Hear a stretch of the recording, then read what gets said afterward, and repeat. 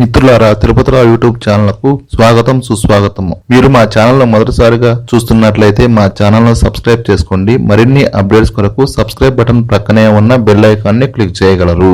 భగవంతునికి తలనీలాలు ఎందుకు సమర్పించాలి? హిందూ సాంప్రదాయం ప్రకారం జన్మించి సంవత్సరం పూర్తయిన బిడ్డకు కేశఖండన చేయడం అంటే పుట్టు వెంట్రుకలు తీయడం సాంప్రదాయంగా వస్తుంది. చిన్న పెద్ద ఆడ మగ అనే భేదం లేకుండా తమ ఇలవేల్పుకు తలనీలాలు సమర్పిస్తుంటారు. భక్తులు ఎంతో భక్తి శ్రద్ధలతో తమ ఇష్ట దైవానికి తలనీలాలు సమర్పిస్తుంటారు. భక్తులు ఇష్టదైవ దర్శనం కంటే ముందు భక్తి భావంతో తలనీలాలు సమర్పించి తలనీలాలను సమర్పించిన తర్వాత మాత్రమే దైవ దర్శనం చేసుకుంటారు.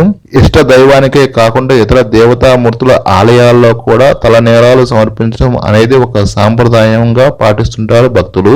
హిందూ పురాణాల ప్రకారం మనిషి తన జీవిత కాలంలో చేసిన పాపాలు అహంకారం శిరోజాలకు అంటి ఉంటాయని, అలాంటి శిరోజాలను స్వామివారికి సమర్పించడం ద్వారా చేసిన పాపకర్మలు తొలగి సుఖ సంతోషాలు కలుగుతాయని అనేక గ్రంథాల్లో పొందుపరిచారు. ఈ శిరోజాలు మనిషి అందానికి ప్రతీకగా చెప్పుకుంటారు. అలాంటి శిరోజాలను తొలగించడం ద్వారా అందం శాశ్వతం కాదని చెప్పడం ఒక కారణంగా చెబుతుంటారు. హిందూ సాంప్రదాయం ప్రకారం వివాహమైన మహిళ భర్త ఉండగా శిరోజాలను తొలగించడం సాంప్రదాయంకు విరుద్ధమైనది కావడంతో వివాహిత మహిళలు 3 కత్తెర్ల రూపంలో స్వామివారికి మొక్కులు చెల్లించుకుంటారు.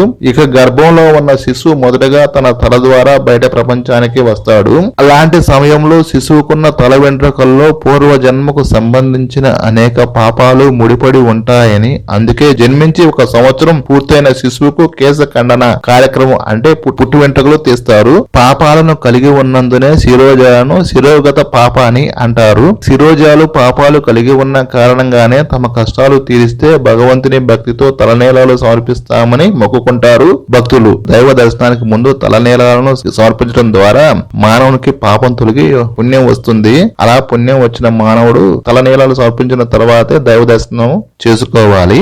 ఈ వీడియో మీకు నచ్చినట్లయితే ఈ వీడియోను లైక్ చేయండి, షేర్ చేయండి మరియు మా ఛానల్ ను సబ్స్క్రైబ్ చేసుకోండి. ధన్యవాదములు.